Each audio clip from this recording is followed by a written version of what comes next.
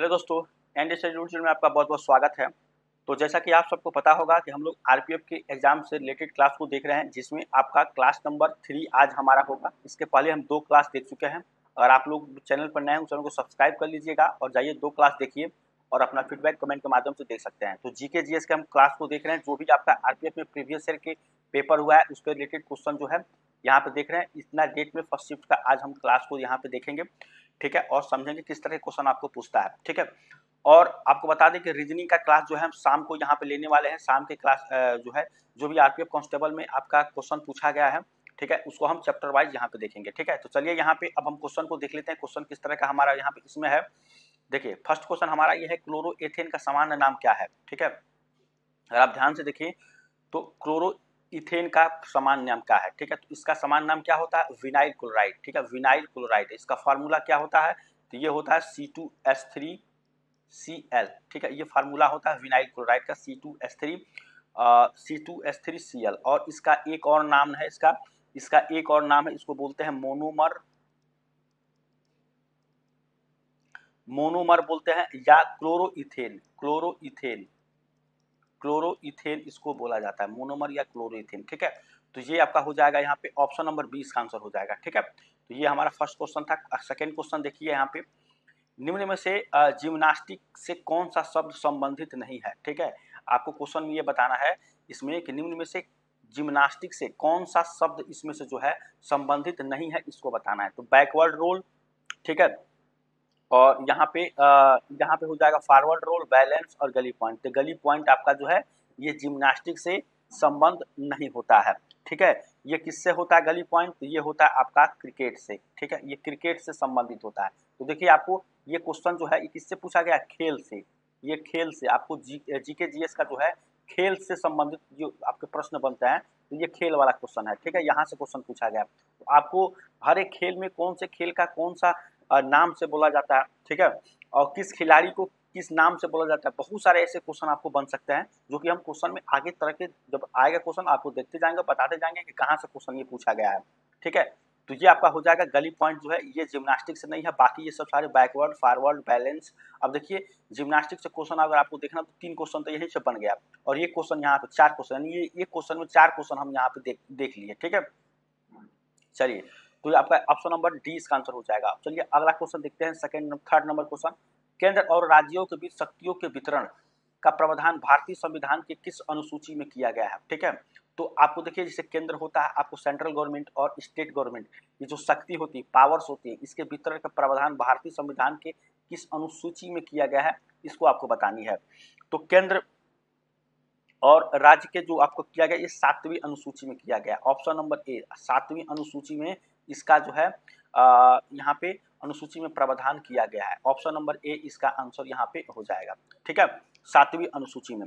और 7वीं अनुसूची में 3 अनुसूचियां हैं, ठीक है। 7वीं अनुसूची में कितनी अनुसूची हैं, तो इसमें 3 अनुसूची है, ठीक है, 1, 2 और 3। तो पहले अनुसूची में क्या आपका पड़ेगा, संघ सूची, ठीक है, संघ सूची। दूसरा आपका क्या हो जाएगा यहाँ पे राज्य सूची, ठीक है, राज्य सूची, ठीक है, संघ सूची, राज्य सूची, और क्या है आपके समवर्ती सूची, समवर्ती सूची, ठीक है, समवर्ती सूची, संघ सूची, राज्य सूची, समवर्ती सूची। ये आपके 7वीं अनुसूची में 3 अनुसूचियों को रखा गया है, ठीक है। तो जब भी आपकी शक्तियों की बात करें केंद्र और राज्य की, स्टेट गवर्नमेंट और सेंट्रल गवर्नमेंट की, तो 7वीं अनुसूची में इसका जो है प्रावधान भारतीय संविधान में किया गया है, ठीक है। और 7वीं अनुसूची में कितना अनुसूची होती है, 3 अनुसूची, संघ सूची, राज्य सूची और समवर्ती सूची। अब देखिए क्वेश्चन कैसे पूछेगा आपको, इसी क्वेश्चन में कई सारे क्वेश्चन बन सकते हैं। जैसे ये कहेगा कि जो राज्य सूची है ये कौन सी अनुसूची का एक हिस्सा है, ठीक है, कौन से अनुसूची का एक हिस्सा है, तो 7वीं अनुसूची क्या, या समवर्ती सूची किस अनुसूची के हिस्सा है, तो 7वीं अनुसूची, ठीक है। तो अब यहाँ पे टफ क्वेश्चन बनाना हो तो कैसे बनाएगा कि संघ सूची जो है इनमें से कौन सी संघ सूची का हिस्सा है, ठीक है, जो ये जिस अनुसूची का हिस्सा है वो भारतीय जो भारत के संविधान में केंद्र और राज्यों के बीच शक्तियों का वितरण करता है। आप देखिए कितना टफ क्वेश्चन बन गया, यहाँ से इस तरह क्वेश्चन बनेगा कि संघ सूची जो है ये कौन से अनुसूची का हिस्सा है, और जो ये अनुसूची है वो भारत के जो संविधान है उसमें केंद्र और राज्यों के बीच के शक्तियों का वितरण का प्रावधान करता है। ये कौन से आपका अनुसूची है? तो 7वीं अनुसूची हो जाएगा। तो इस तरह से दो क्वेश्चन, एक क्वेश्चन में 2 क्वेश्चन उसमें डाल के और आपको एक आंसर पूछेगा। तो कई सारे टफ क्वेश्चन बनाना हो इस तरह से बनाया जाता है। ठीक है, देखिए आपको कॉन्सेप्ट अगर याद है तो आप जो है वहां से पकड़ लेंगे। तो ये आपका हो गया क्वेश्चन नंबर 3। अब क्वेश्चन नंबर 4 देखिए, अरमाकोंडा शिखर किस पर्वत श्रृंखला में स्थित है? ठीक है, काफी अच्छा क्वेश्चन यहाँ पे आपको बोला गया कि अरमाकोंडा शिखर किस पर्वत श्रृंखला में स्थित है, इसको आपको बताना है। ये हो जाएगा पूर्वी घाट। ऑप्शन नंबर डी इसका आंसर हो जाएगा। पूर्वी घाट पर्वत श्रृंखला में क्या है, ये आपका स्थित है। और पूर्वी घाट भारत के पूर्वी तट पर स्थित पर्वत श्रेणी है। तो पूर्वी घाट है भारत के पूर्वी तट पर स्थित पर्वत श्रेणी होता है, ये आपका अरमाकोंडा शिखर। समझ गए यहाँ पे? चलिए, और यहाँ पे पश्चिमी घाट पर्वत का सर्वोच्च चोटी कालसुबाई होता है, जो महाराष्ट्र में स्थित होता है। पश्चिमी घाट की बात करेगा इसकी तो ये कहाँ पे है? महाराष्ट्र में आपका स्थित है। ठीक है, देखिए आपको सिंपल यहाँ पूछा गया अरमाकोंडा शिखर किस पर्वत श्रृंखला में है, तो ये आपके पूर्वी घाट में हो जाएगा। ठीक है, चलिए 5 नंबर क्वेश्चन देखेंगे, कन्नौज का युद्ध किसके बीच लड़ा गया? ठीक है, कन्नौज का जो युद्ध हुआ था वो किसके बीच यहाँ पे लड़ा गया था, इसको आपको यहाँ बतानी है। तो मुगल और बहादुर शाह, मुगल इलियास शाह, मुगल और हेमू, मुगल और शेर शाह। तो ये जो कन्नौज का जो हुआ था 1540 ईस्वी में, ठीक है, तो ये हुआ था मुगल और शेर शाह। ठीक है, मुगल और शेर शाह के बीच में ये लड़ा गया था। कब लड़ा गया था? तो 1540 ईस्वी में। ठीक है, 1540 ईस्वी में ये युद्ध आपका लड़ा गया था। ठीक है, जिसमें क्या हुआ था, शेरशाह और हुमायूं, शेरशाह और मुगल शेरशाह सूरी और हुमायूं के बीच में ये आपका हुआ था, जिसमें क्या हुआ, शेरशाह जीता और हुमायूं की पराजित हुई थी। ठीक है, मुगल और शेरशाह। देखिए यहाँ पे क्वेश्चन में तो यहाँ पर शेरशाह सूरी, ठीक है, शेरशाह सूरी और हुमायूं, हुमायूं होगा यहाँ पे, यहाँ मुगल नहीं होगा, हुमायूं होगा। ठीक है, हुमायूं और शेरशाह के बीच में हुआ था। ठीक है, जिसमें हुमायूं को पराजित हो गई थी और मतलब इसका ये पराजित हो गया था और इसमें शेरशाह की विजय हुई थी। ठीक है, तो ये आपका क्वेश्चन यहाँ पे बनेगा, 1540 ईस्वी में हुआ था। ठीक है, इस क्वेश्चन को थोड़ा सा करेक्शन कर लीजिए, हुमायूं और शेरशाह सूरी के बीच में हुआ था। ठीक है, 1540 ईस्वी में। समझ गए यहाँ पे? और एक चीज और है, हुमायूं के बारे में, ये क्या करता था, 7 दिन में 7 रंग के कपड़े पहनता था। 7 दिन में 7 रंग का कपड़ा पहनता था। ठीक है, ये हुमायूं के लिए ये आपका है, यहाँ 7 दिन में 7 रंग ये पहनता था। ठीक है, तो ये भी क्वेश्चन पूछा जा सकता है कि इनमें से कौन सा एक मुगल बादशाह है जो 7 दिन में 7 कपड़े पहनता था, तो ऑप्शन आपका हुमायूं हो जाएगा। ठीक है, तो क्वेश्चन इस तरह से घुमाकर पूछा जा सकता है इसमें। छठवां देखिए, स्वेज नहर जोड़ती है, स्वेज नहर इसमें से किसको जोड़ती है?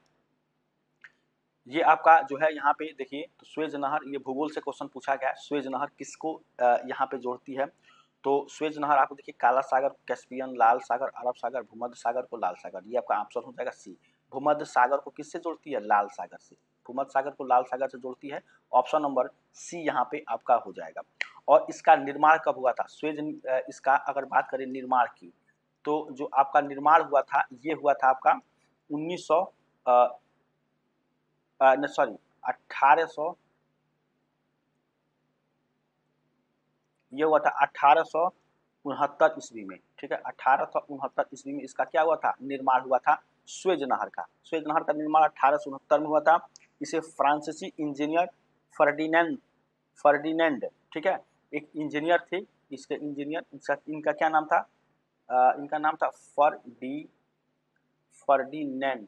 ठीक है, फर्डिनेंड, इनका नाम था फर्डिनेंड। ठीक है, ये इंजीनियर थे, उन्हें मतलब वो इंजीनियर थे, उन्होंने ही आपको स्वेज नहर को बनाया था। ठीक है, इस नहर का राष्ट्रीयकरण कब हुआ था?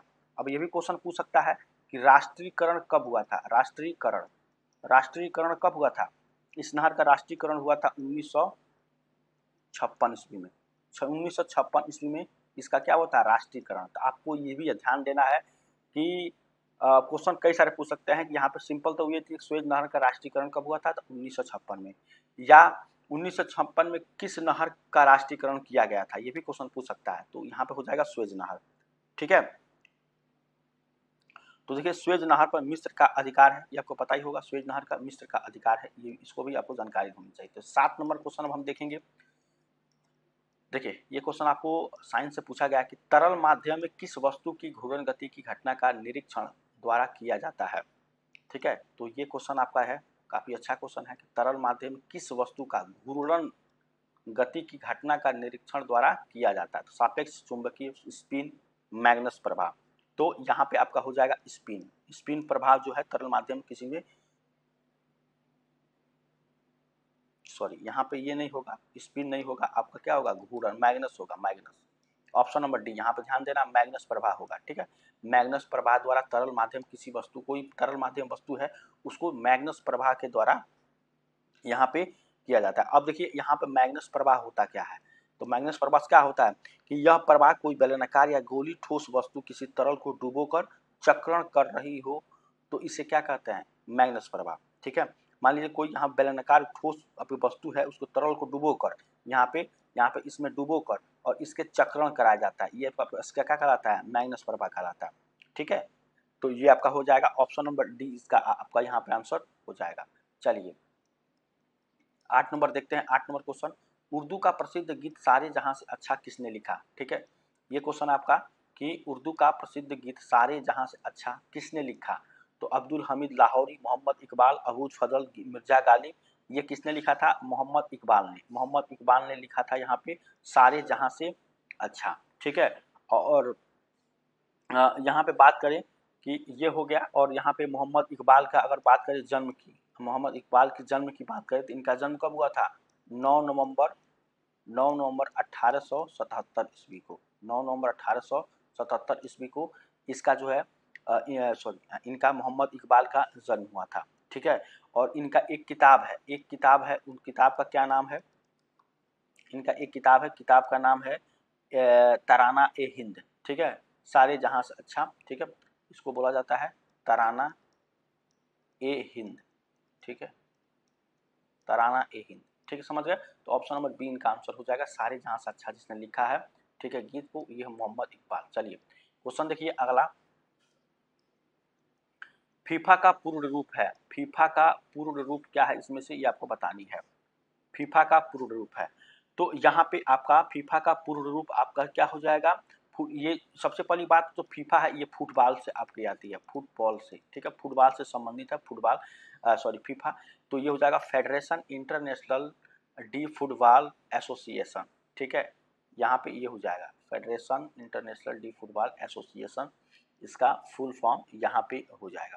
और फुटबॉल में सबसे पहली बात तो आपके दो पक्ष होता है। ठीक है, एक गोल आपका यहाँ होता है, एक गोल आपका यहाँ पे होता है, तो ये आपका यहाँ पे मिड पॉइंट होता है। इधर आपका क्या होता है, 11 प्लेयर होते हैं, इधर आपके 11 प्लेयर होते हैं, और इधर भी आपके 11 प्लेयर होते हैं। ठीक है, तो इसको 11 प्लेयर दोनों पक्ष में ये आपके होते हैं, खिलाड़ी होते हैं। और जो फुटबॉल है किस देश का राष्ट्रीय खेल है, ये आपको बतानी चाहिए। जैसे हमारे यहाँ का क्या है, इंडिया का क्या है, हॉकी है, तो ये किस देश का राष्ट्रीय खेल है, ये भी आपको पूछ सकता है। इनमें से फुटबॉल किस देश का राष्ट्रीय खेल है। ठीक है, तो ये आपके ब्राजील की है। ठीक है, ब्राजील देश की ये राजधानी सॉरी ब्राजील देश का राष्ट्रीय खेल है आपका ये फुटबॉल। ठीक है, और भी सब सारे इसके फुटबॉल से जुड़ी कुछ शब्द ऐसे हैं, जैसे आपका यहाँ से क्या क्या हो सकता है, जैसे आपका रोवर्स कप हुआ, संतोष ट्रॉफी हुआ। ठीक है, संतोष ट्रॉफी हुआ, संतोष ट्रॉफी कप जो होता है ये फुटबॉल से हुआ। ठीक है, इसके बाद से आप देखें तो रोवर्स कप। ठीक है, रोवर्स कप, और इसके बाद से क्या देखेंगे आप, तो सुब्रतो सुब्रतो कप, डुरंड डुरंड डुरंडो कप। ठीक है, ये सब सारा किससे है आपका, तो ये फुटबॉल से जुड़ी ये संबंधित शब्द हैं, Santosh Trophy, Rovers Cup, Subroto Cup, Durand Cup. ठीक है, इस तरह से, और आशुतोष कप, ये सब किससे है, फुटबॉल से जुड़ी ये शब्द आते हैं। तो आपको सिंपल पूछा गया था फीफा का पूर्ण रूप क्या है, तो federation international D football association, ये इसका फाइनल आंसर यहाँ पे हो जाएगा, ऑप्शन नंबर बी। चलिए क्वेश्चन नंबर 10 को देखते हैं। संविधान के अनुच्छेद 15 में किसी भी नागरिक के आधार पर भेदभाव के निषेध का उल्लेख है। ठीक है, तो ये आपके 15 में जो आपका किया गया है संविधान के, ये कौन सा है यहाँ पे, तो ये आपका हो जाएगा ऑप्शन नंबर डी, धर्म, जाति, लिंग अथवा जन्म स्थान।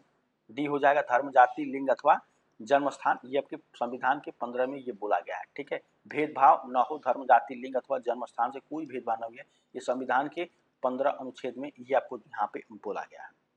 ठीक है, इसी तरह से अनुच्छेद 14 से लेकर 18 की बात करें तो ये किसके लिए बोला गया, तो समानता का अधिकार, समानता का अधिकार। ठीक है, समानता का अधिकार अनुच्छेद 14 से 18 के बीच में ये बोला गया, जो संविधान के भाग 3 में है। ठीक है, भाग 3 में इस तरह से बहुत सारे क्वेश्चन आपको पूछ सकता है। जैसे अनुच्छेद 16, 17, 18 क्या होता है, 16 में आपके लोक नियोजन के विषय में अवसर की समानता से है, समता से है। 17 किसके है, अंतर्गत अस्पृश्यता का अंत किया गया है अनुच्छेद 17 में। अनुच्छेद 18 में अंतर्गत उपाधियों का अंत किया गया है। ठीक है, तो बहुत सारे क्वेश्चन अनुच्छेद से आपके यहाँ पे क्वेश्चन बन सकते हैं। ठीक है, तो ये आपका हुआ क्वेश्चन। अगला देखिए 11 नंबर क्वेश्चन, उत्तरी गोलार्ध में कॉरियोलिस बल किस दिशा से आने वाली हवाओं है। यहाँ पे उत्तरी गोलार्ध में कॉरियोलिस बल किस दिशा से आने वाली हवाओं को निष्प्रभावी कर देता है। तो कॉरियोलिस बल जो होता है वो दाईं दिशा से आने वाली हवाओं को क्या करता है, निष्प्रभावी। तो दाईं ओर, ऑप्शन नंबर डी हो जाएगा। ये आपका किससे पूछा गया था, भूगोल से क्वेश्चन था, काफी अच्छा क्वेश्चन यहाँ पे ये बोला गया था। ठीक है, तो ऑप्शन नंबर बी इसका आंसर हो जाएगा। अगला देखिए 12 नंबर क्वेश्चन, जैन अल अब्दीन अपने सहिष्णु विचारों के लिए जाना जाता था, वह किस साम्राज्य का सुल्तान था। जैन अल अब्दीन अपने सहिष्णु विचारों के लिए जाना जाता था, वह किस साम्राज्य का सुल्तान था, इसको आपको बतानी है। तो ये हो जाएगा कश्मीर। कश्मीर का ये क्या था, सुल्तान था। कश्मीर राज्य का ये सुल्तान था। ठीक है, यहाँ पे इसका आंसर हो जाएगा ऑप्शन नंबर सी। अगला देखिए, निम्न में से किस शब्द का संबंध कुश्ती खेल से है। ठीक है, इनमें से कौन सा कुश्ती खेल से है, इसको आपको बतानी है। तो कुश्ती खेल से आपका क्या है, नेल्सन। नेल्सन जो है ये कुश्ती खेल से आपका आता है।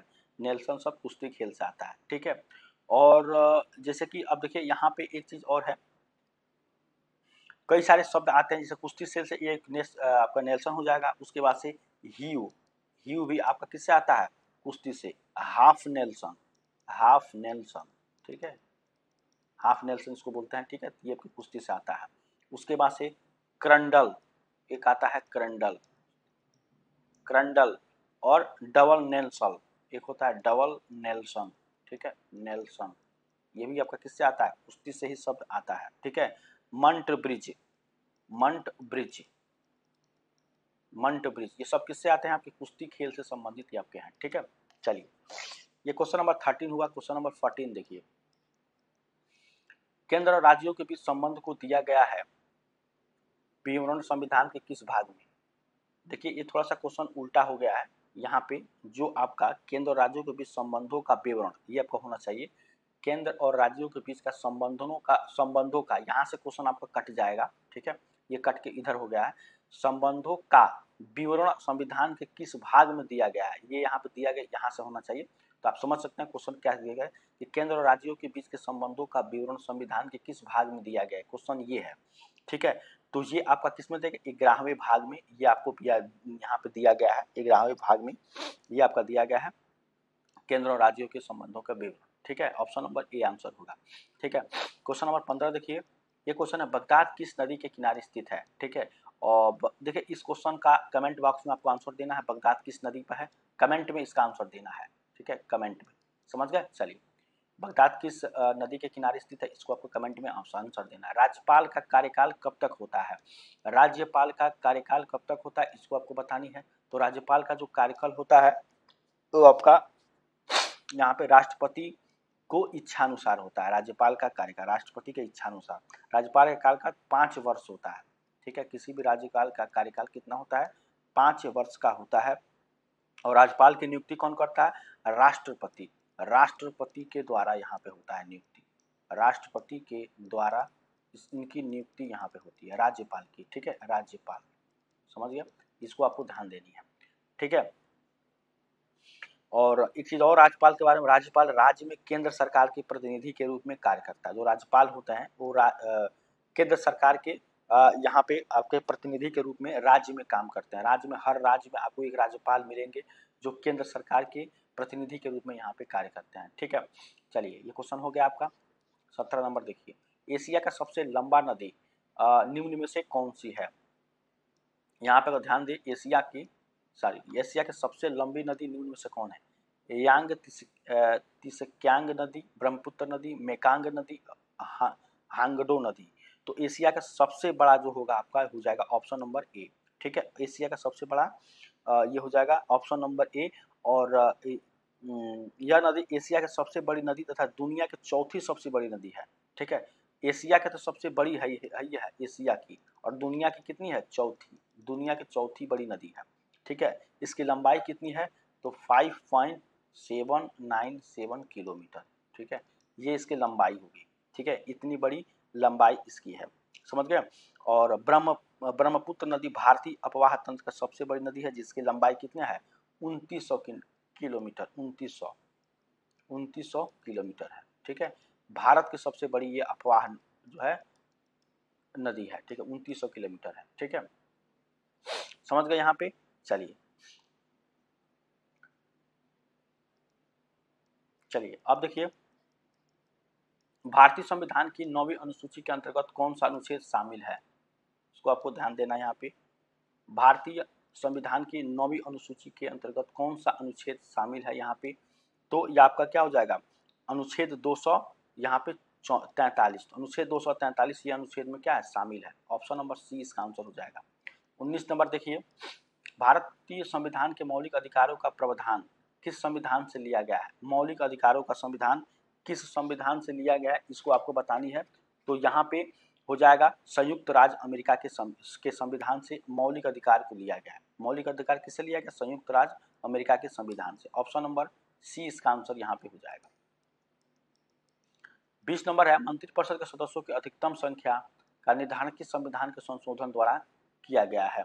ठीक है, तो ये आपका मंत्रिपरिषद का जो आपका किया गया है 91वां संविधान संशोधन के अंतर्गत इसका किया गया। ऑप्शन नंबर ए, मंत्रिपरिषद सदस्यों का अधिकतम संख्या निर्धारण संविधान के संशोधन किया गया 91वें संविधान संशोधन। ऑप्शन नंबर ए आंसर हो जाएगा। ठीक है, 20 का। ठीक है, चलिए, तो ये अब हमारा लास्ट क्वेश्चन था। उम्मीद करेंगे क्वेश्चन आपको समझ में आया होगा। जितना भी क्वेश्चन था, देखिए हर एक पेपर में कुछ क्वेश्चन ऐसे होते हैं जो आपके करंट अफेयर के होते हैं, उस क्वेश्चन को हम छांट देते हैं।